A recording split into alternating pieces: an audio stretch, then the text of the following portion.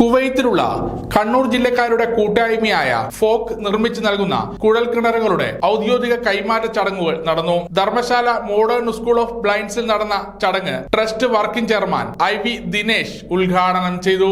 Modern school secretary CV Narayanan master അധ്യക്ഷത വഹിച്ചു. ചടങ്ങിന് അഡ്വക്കേറ്റ് തനിനാഥൻ സ്വാഗതവും പ്രവീൺ മാസ്റ്റർ നന്ദിയും പറഞ്ഞു. ഫോക്കിന്റെയും ഫോക്ക് ട്രസ്റ്റിന്റെയും കുടുംബാംഗങ്ങൾ ചടങ്ങിൽ പങ്കെടുത്തു.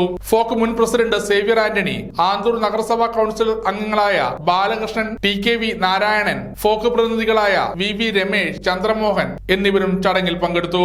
ഫോക്ക് നിർമ്മിച്ചു നൽകുന്ന രണ്ടാമത്തെ കുഴൽക്കിണറിന്റെ ഔദ്യോഗിക കൈമാറ്റം ആലച്ചേരി അറയങ്ങാട് സ്നേഹഭവനിൽ നടന്നു.